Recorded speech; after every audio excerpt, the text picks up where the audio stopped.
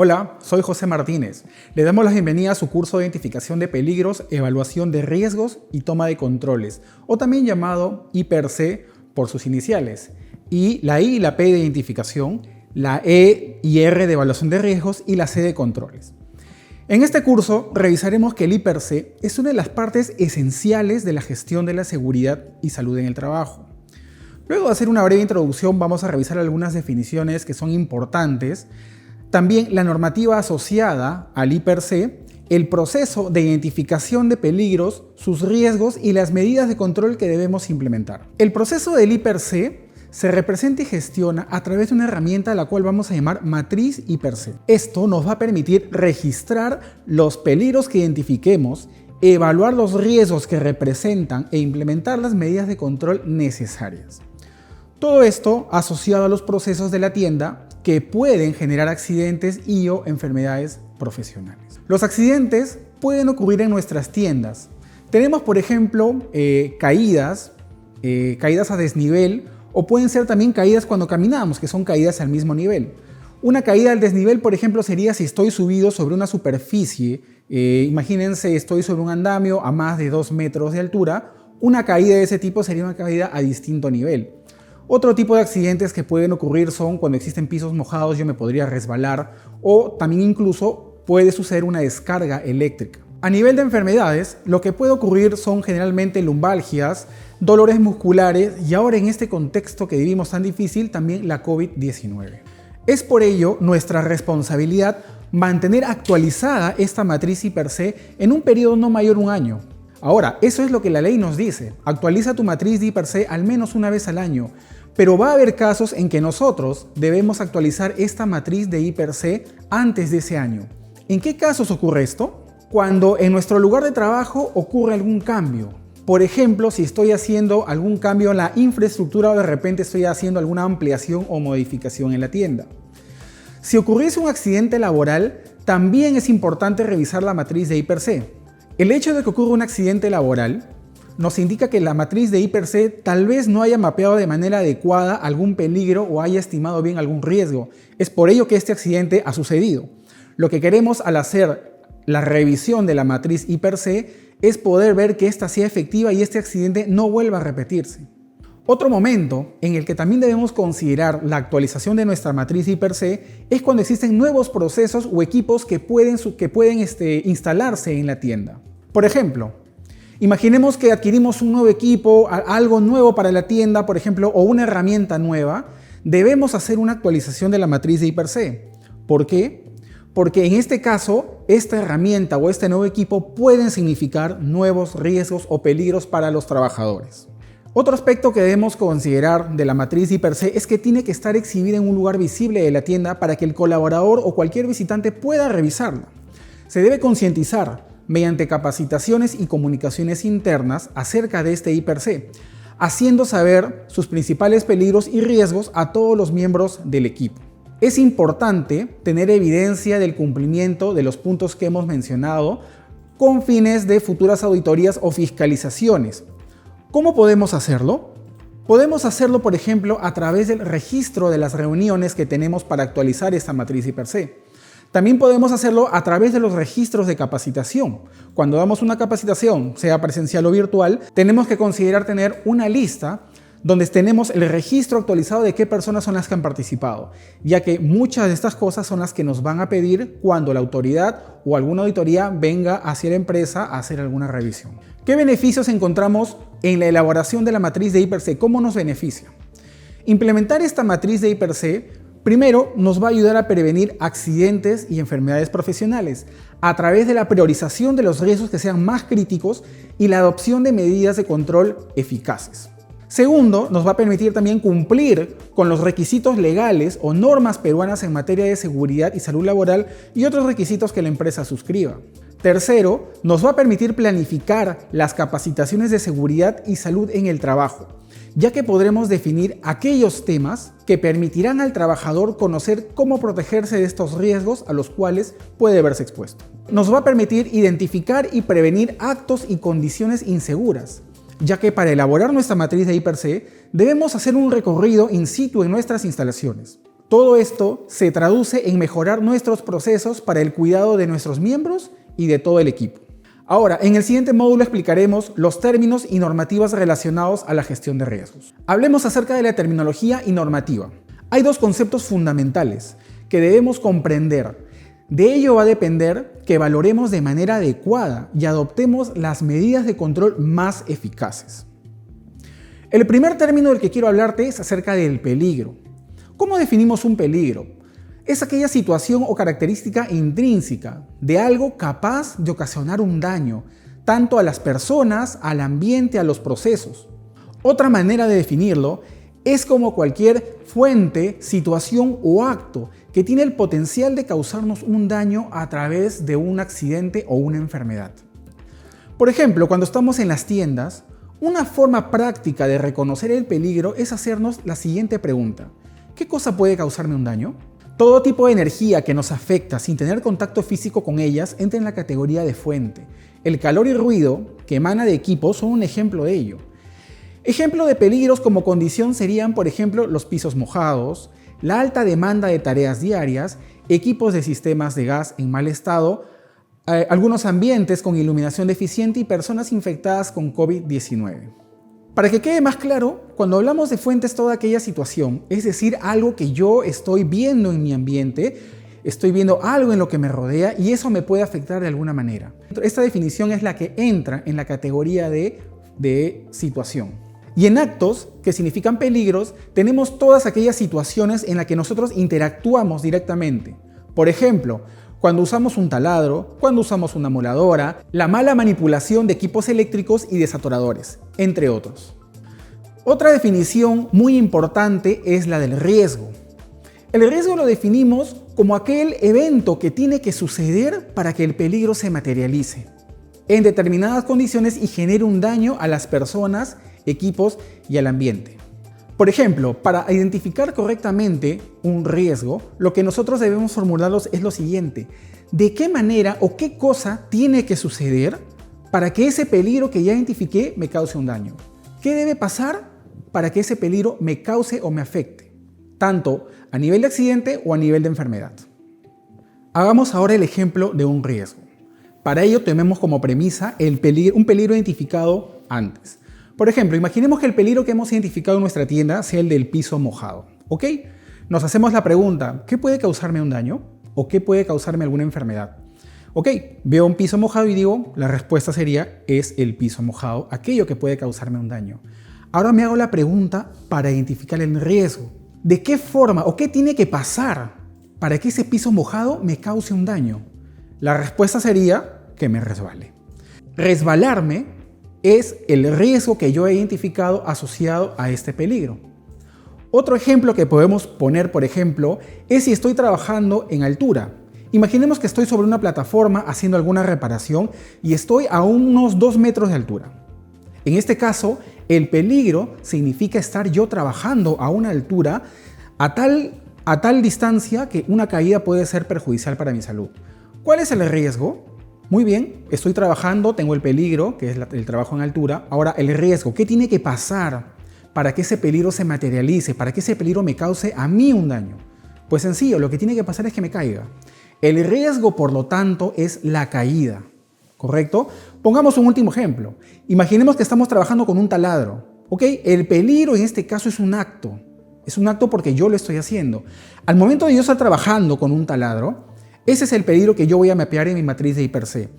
Nos preguntamos, ¿qué es lo que tiene que pasar para que esa acción que estoy haciendo me cause un daño? ¿Cuál sería la respuesta? Muy sencillo, que el taladro o la punta del taladro me pueda causar alguna herida en alguna parte de mi cuerpo. Entonces el riesgo es el contacto que yo voy a tener con la parte punzante de ese taladro. Otro ejemplo que puede suceder en las tiendas es cuando manipulamos, por ejemplo, cuchillos que estén defectuosos. Ok, el peligro nuevamente viene a ser la manipulación de ese cuchillo defectuoso. Pero ¿qué tiene que pasar para que ese cuchillo defectuoso me cause un daño? Que me corte. El corte es el riesgo que yo he identificado a partir del peligro que es cuchillos defectuosos. Y obviamente la consecuencia va a tener con ello pues heridas de repente, ¿no? Lo más probable es que me haga una herida, puede ser leve, puede ser una herida más grave, pero la consecuencia va a ser un daño que va a ocurrir a mi cuerpo. Pongamos el ejemplo ahora de que estamos caminando por la tienda, estamos haciendo una ronda de inspección y nos preguntamos en ese ambiente qué cosa puede causarme un daño y nos damos cuenta de que existe un tablero eléctrico que está en mal estado. Puede tener alguna tapa salida, puede tener algún cable que esté pelado, por ejemplo. Eso ya depende de lo que nosotros identifiquemos. ¿Qué tiene que suceder para que ese tablero que se encuentra en mal estado me cause a mí un daño? La respuesta es muy sencilla. Tendría que yo electrocutarme o pasarme corriente eléctrica para que ese daño se concrete, se materialice. Por lo tanto, el riesgo es la electrocución, con la consecuencia final de una quemadura, que es lo más probable que suceda. Ahora es también importante considerar el aspecto normativo al momento de elaborar nuestras matrices de hiper y en sí en hacer toda la gestión del IPRC. Las principales normativas que nos obligan a contar con una matriz de IPRC son las siguientes. Tenemos, por ejemplo, la Ley 29783 del año 2011, que es la Ley de Seguridad y Salud en el Trabajo. Tenemos al siguiente año que salió el Decreto Supremo 005 del año 2012, que reglamenta esta ley del año anterior. Y también tenemos el Decreto Supremo 02 del año 2020. En el siguiente módulo explicaremos el proceso de identificación de peligros para la elaboración de nuestra matriz. Ahora hablemos de la identificación de los peligros. ¿Qué cosa es la identificación de peligros? Es un proceso mediante el cual se localiza, se reconoce que existe un peligro y se definen sus características. Este es el primer paso para elaborar nuestra matriz de IPRC. Asimismo, estos peligros los podemos clasificar de distintas maneras. Tenemos, por ejemplo, peligros ergonómicos, que son aquellas malas posturas, los sobreesfuerzos que hacemos al levantar algún objeto. Tenemos también peligros que son biológicos, ahora por ejemplo como la COVID-19. Tenemos peligros químicos, por ejemplo, cuando utilizamos, por ejemplo, algún producto que sea un solvente para la limpieza, algún detergente o de repente la lejía que usamos ahora para hacer la desinfección de nuestros locales. Tenemos otros peligros físicos, como por ejemplo pueden ser la exposición a temperaturas altas o a temperaturas bajas. Tenemos peligros eléctricos, como ya mencionamos, que pueden ser los tableros, pueden ser de alta o baja tensión. Tenemos también peligros de tipo mecánico, que pueden ser el uso de las herramientas defectuosas y alguna máquina que no tenga una guarda de seguridad. La otra parte de este proceso es la evaluación del riesgo. ¿Qué es la evaluación del riesgo? Es el proceso o es parte del proceso que es posterior a la identificación del peligro, que nos va a permitir valorar el nivel, el grado y la gravedad de los mismos, proporcionando información que es necesaria para que la empresa se encuentre en condiciones de tomar una decisión apropiada sobre la oportunidad, la prioridad y tipo de acciones preventivas que deben adoptar. Ahora, para desarrollar la evaluación del riesgo y la valoración de este, vamos a recurrir a unos cuadros que nos van a ayudar a entender esto. Por ejemplo, estamos viendo acá el cuadro de probabilidades. Este cuadro de probabilidad lo que me va a indicar es qué tan probable es que este evento, que este peligro que yo he encontrado pueda materializarse. Qué tan probable es que esto suceda. Si observamos el cuadro tiene 3 niveles de ponderación, valores del 1, el 2 y el 3, y la calificación de bajo, medio o alto según corresponde. Al costado vamos a encontrar el significado. Por ejemplo, la ponderación de nivel 1, que es una calificación baja, es una probabilidad baja, significa que el daño va a ocurrir raras veces, ¿correcto? En el segundo nivel encontramos una calificación media. Esta calificación media quiere decir que el daño va a ocurrir en algunas ocasiones. Y en tercer lugar tenemos la ponderación 3, que ya es una ponderación que la califica como alta, que quiere decir de que el daño va a ocurrir siempre o casi siempre. Va a depender de nosotros, de nuestro expertise como trabajadores de la tienda, poder calificar de la mejor manera el peligro que hemos identificado. Ahora, la otra parte que necesitamos para poder hacer una correcta evaluación del riesgo es el cuadro que vemos a continuación. Es el cuadro de severidad. Este cuadro de severidad nos va a decir qué cosa esperamos como consecuencia si este peligro se logra materializar. Por ejemplo, vemos que aquí tenemos 4 niveles de ponderación, el 1, el 2.5, el 6 y el 10. Eso obedece a una calificación respectivamente de leve, grave, muy grave o si el peligro resulta ser mortal o catastrófico. Por ejemplo, si estamos en el nivel 1 de condición leve, ¿qué significa esto? Significa que el daño puede ser lesiones o enfermedades menores, que solamente requerirán tal vez primeros auxilios y no va a haber días perdidos de por medio. En el segundo nivel, la calificación grave nos indica que el daño puede ser lesiones o enfermedades con incapacidad temporal. En el tercer nivel, la condición muy grave quiere decir que la severidad va a estar ligada a lesiones o enfermedades graves o irreversibles o que me pueden ocasionar una incapacidad de nivel permanente. Y ya el último nivel, como lo vemos, ya es cuando el evento que podríamos esperar que suceda es la muerte. Es importante valorar este cuadro de manera acertada. Para ello necesitamos la participación de todo el equipo humano que labora en la tienda. Es importante contar con la opinión de todos y poder llegar a un nivel que sea real.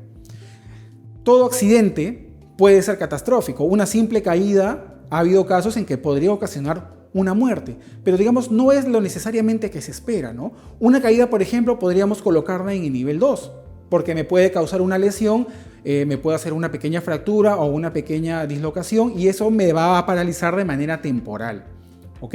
No es que esperemos necesariamente que sea, por ejemplo, la muerte. Entonces, hay que tener mucho cuidado al momento de valorar de manera adecuada, tanto en el cuadro de probabilidad como severidad, los valores que sean más adecuados. Ahora que tenemos o que ya sabemos cómo situarnos en este cuadro de probabilidad y severidad, lo que vamos a hacer es ubicar los valores ponderados que vemos en la columna amarilla. Entonces, según la situación que nosotros hayamos elegido, vamos a obtener dos valores.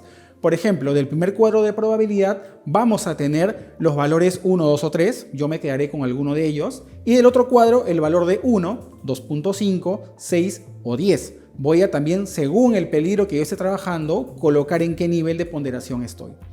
Voy a agarrar ambos números y lo voy a trasladar a mi cuadro de nivel de riesgo. Si se dan cuenta, el cuadro de nivel de riesgo tiene dos frentes. Por el lado izquierdo tenemos la probabilidad y por el lado superior tenemos la severidad.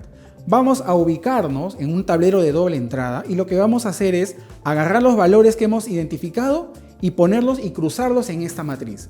Por ejemplo, si la probabilidad que yo elegí ha sido del valor de 2, o sea, la tenemos en un nivel medio, y la severidad para este evento es un 2.5, al momento de hacer el cruce en el cuadro nos damos cuenta de que el nivel de riesgo corresponde a un 5. Otro ejemplo, si agarramos que tenemos la probabilidad, que es un evento que puede suceder muchas veces o casi siempre, y lo ponemos en un nivel 3, y a esto se suma que la severidad, o sea, el daño que puede producirse está en un nivel 6, o sea, va a ser un evento muy grave. Al hacer ese cruce en la matriz, lo que vamos a obtener es el valor de 18. Cuando ya tenemos esta valoración del riesgo con este número, nos vamos a trasladar ahora al cuadro de niveles de riesgo para saber cómo está considerando este nivel de riesgo nuestra organización. En los dos ejemplos anteriores que vimos, obtuvimos una puntuación de 5 para el primer caso. Si vemos el cuadro de nivel de riesgo, el 5 lo encontramos y lo podemos clasificar dentro de un riesgo que es moderado. El otro peligro que encontramos estuvo en un valor de 18. En este caso, aplicando el mismo cuadro de nivel de riesgo, vamos a ver que este riesgo entra en la categoría de importante.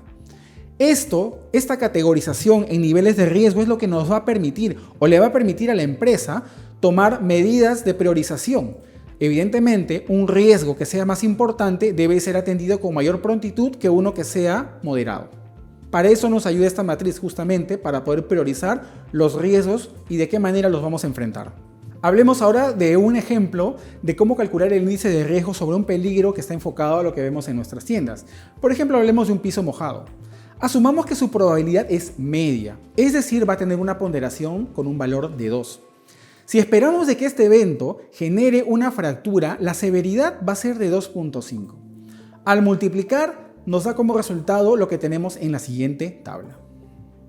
El cuadro que tenemos ahora a continuación nos permite registrar los peligros y los riesgos que hemos identificado en la parte anterior del proceso, como vemos en la primera y segunda columna.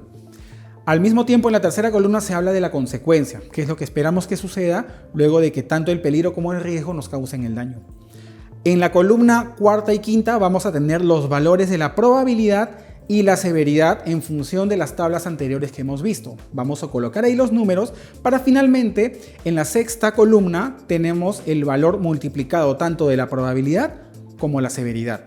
En función del valor que resulte y el nivel de riesgo que se obtenga que vimos también en el cuadro anterior, vamos a poder categorizar si este peligro le corresponde un nivel alto, un nivel medio o un nivel bajo. En el ejemplo que les hablé acerca del piso mojado, hablamos de que la probabilidad es un 2 y que la severidad está en 2.5. Eso nos dice que el nivel de riesgo para ese ejemplo es bajo. Un dato que tenemos que tener muy en cuenta es de que esta matriz debe ser trabajada por puesto de trabajo. Tenemos que saber qué puesto de trabajo está involucrado con ese peligro y a qué área o proceso de la tienda corresponde. Esto es muy importante para tomar acción específica sobre alguna parte del proceso que estamos llevando a cabo. Conversemos ahora de la toma de controles. La toma de controles es el proceso de toma de decisiones basada en la información obtenida en la evaluación de riesgos. Esta se orienta a reducir los riesgos a través de la propuesta de medidas correctivas, la exigencia de su cumplimiento y la evaluación periódica de su eficacia. Los controles que debemos implementar deben obedecer y deben estar enmarcados en una jerarquía de controles como lo exige la norma. En este ejemplo que estamos viendo en este triángulo, tenemos la jerarquía de controles que se nos pide que desarrollemos. Como lo vemos, empezamos con la categoría de eliminación, sustitución, controles de ingeniería, señalización, advertencia y controles administrativos y finalmente el equipo de protección personal. El proceso que yo debo seguir para adoptar controles en función de los peligros y riesgos que he hallado en mi proceso anterior deben obedecer a esta jerarquía. Primero, eliminación. La eliminación se basa en suprimir el peligro definitivamente. ¿Qué quiere decir eliminarlo? ¿Correcto? Yo elimino el peligro y de esta manera hago más segura la tienda. En el segundo nivel tenemos la sustitución. Si este peligro yo no lo puedo eliminar, debo ver de sustituirlo por otro que genere un impacto menor a la salud o a nivel físico del trabajador. En el nivel 3 tenemos los controles de ingeniería.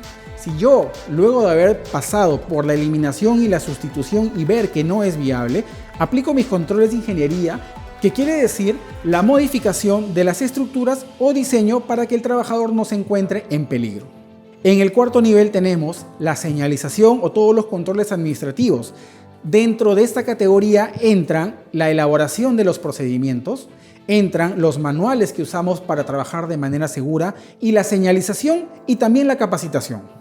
Finalmente, en el quinto nivel tenemos los equipos de protección personal, que es la última barrera que nosotros deberíamos considerar al momento de proteger a un trabajador frente a un riesgo o peligro que se puede encontrar dentro de la tienda.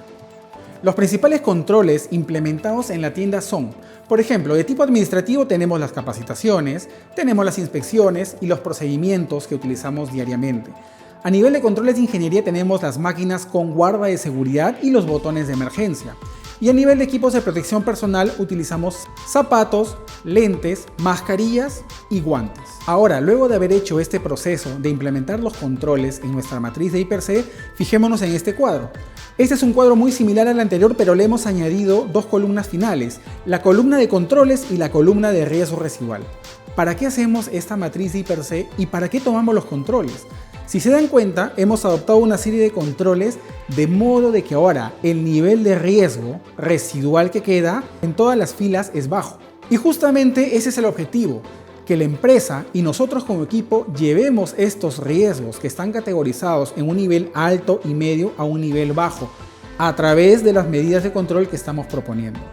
Estas medidas de control tienen que hacer que el valor de la probabilidad o la severidad se reduzcan. De esta manera, al efectuar nuevamente este cálculo, probabilidad por severidad, nos va a salir un nivel de riesgo menor y por lo tanto lo vamos a ubicar en un nivel de riesgo mucho más bajo. De este proceso podemos tomar algunas recomendaciones. Primero, mostrar la matriz de I+C. Esta siempre debe estar visible por todos los miembros del equipo y colaboradores de la empresa y para cualquier visitante que así lo pida. Tenemos que tener capacitación en la identificación de los peligros y en la evaluación de riesgos, justamente en la metodología que acabamos de ver. Actualizar mínimo una vez por año o cuando ocurra alguno de los cambios que planteamos al inicio de esta capacitación. Asimismo, es importante que contemos con nuestro mapa de riesgos. Este mapa de riesgos también tiene que estar en un lugar visible de nuestro local o nuestra tienda. Evaluar los riesgos y aplicar los controles de manera acertada. Veamos ahora cuál es la matriz de identificación de peligros, evaluaciones de riesgo y control que tiene Delossi implementada. Es la que vemos en el cuadro siguiente. Esta matriz ya es un poco más completa de los cuadros que hemos visto anteriormente, pero como vemos en la parte superior nos dice cuál es la razón social, a qué empresa pertenece en este caso, a Delosi. Tenemos también la fecha de actualización. Recuerden que es muy importante que cuando nos auditen nos van a preguntar cuándo se ha actualizado por última vez. Por eso es que esta matriz contiene dentro de su estructura la fecha en que ha sido actualizada. Recuerden guardar el registro de la evidencia de aquella reunión que sirvió para la actualización de esta matriz. Vemos también la dirección y la identificación del local para saber de dónde proviene esta evaluación que hemos realizado. Como vemos en la parte izquierda, esta matriz empieza indicándonos cuál es el proceso, dentro de qué proceso de la tienda estamos enmarcando esta evaluación. Tenemos también el puesto de trabajo, como les dije, es muy importante identificarlo por puestos de trabajo. Y también tenemos una columna que nos dice si la actividad que está involucrada con este peligro y este riesgo es o sucede de manera rutinaria o no rutinaria. Rutinaria quiere decir que ocurre de manera seguida, que es cosa de todos los días, y la no rutinaria tal vez se enmarca en plazos más prolongados. Por ejemplo, las labores de mantenimiento, si no se hacen de manera diaria o de manera intempestiva, traemos un colaborador o una empresa para que nos haga alguna reparación, eso podría encajar dentro de no rutinario. Luego, lo que vemos en el cuadro ya es las otras columnas que hemos visto, ¿no? La del peligro, la del riesgo, la consecuencia y toda la valoración. Ahí vemos en la columna de verde que en este caso todos son riesgos aceptables, están en una coloración verde. Tenemos la última columna donde nos habla del nivel de residual a partir de las medidas de control que hemos tomado. Vemos también la columna de jerarquía de controles donde hemos colocado cómo vamos a protegernos de esos peligros. Y si vemos ahí, por ejemplo, tenemos controles de tipo administrativo. ¿Qué son estos controles de tipo administrativo? Por ejemplo, las capacitaciones. Puede ser implementar algún procedimiento o algún instructivo. Finalmente, esta matriz de I+C nos ayuda a que con la información del lugar y de los riesgos que están involucrados, podamos mapearlo en este mapa. Este mapa va a contener la ubicación, cómo está distribuida nuestra tienda, pero va a contener también los riesgos que están involucrados en cada sección. De esta manera, el trabajador puede visualmente saber, oye, cuando yo me dirijo al área de mantenimiento o cuando me dirijo al área de cocina, ¿a qué riesgos me voy a exponer? ¿Cómo debo protegerme? Para eso reviso también mi matriz de I+C. Este mapa de riesgos tiene que estar también publicado, como lo comentamos, en un lugar visible de la tienda. Hemos aprendido acerca de las principales definiciones que están involucradas dentro de este proceso del I+C. Y al mismo tiempo, también hemos visto cómo valoramos el nivel de riesgo que nos va a permitir priorizar aquellos que nos van a causar algún accidente o alguna enfermedad profesional. Hemos visto entonces cuál es el proceso del desarrollo de este I+C. Hemos hablado también de las principales definiciones que tenemos que considerar, que son el peligro y el riesgo. Hemos también aprendido cómo se valora a partir de la probabilidad y severidad y que con esto vamos a darle un valor que nos permita priorizar cuál es aquel riesgo al que tenemos que prestarle mayor atención. El desarrollo de esta matriz de I+C es una parte neural dentro del proceso del sistema de gestión y seguridad en el trabajo, porque nos va a permitir diagnosticar de una manera acertada cuáles son aquellas medidas que debemos implementar para estar más seguros dentro de la tienda. Esperamos que la información que hemos dado ahora en este curso les sea de mucha utilidad para su vida diaria, tanto en la tienda como en cualquier otro lugar. Les agradezco la participación en este curso y nos vemos en una siguiente oportunidad.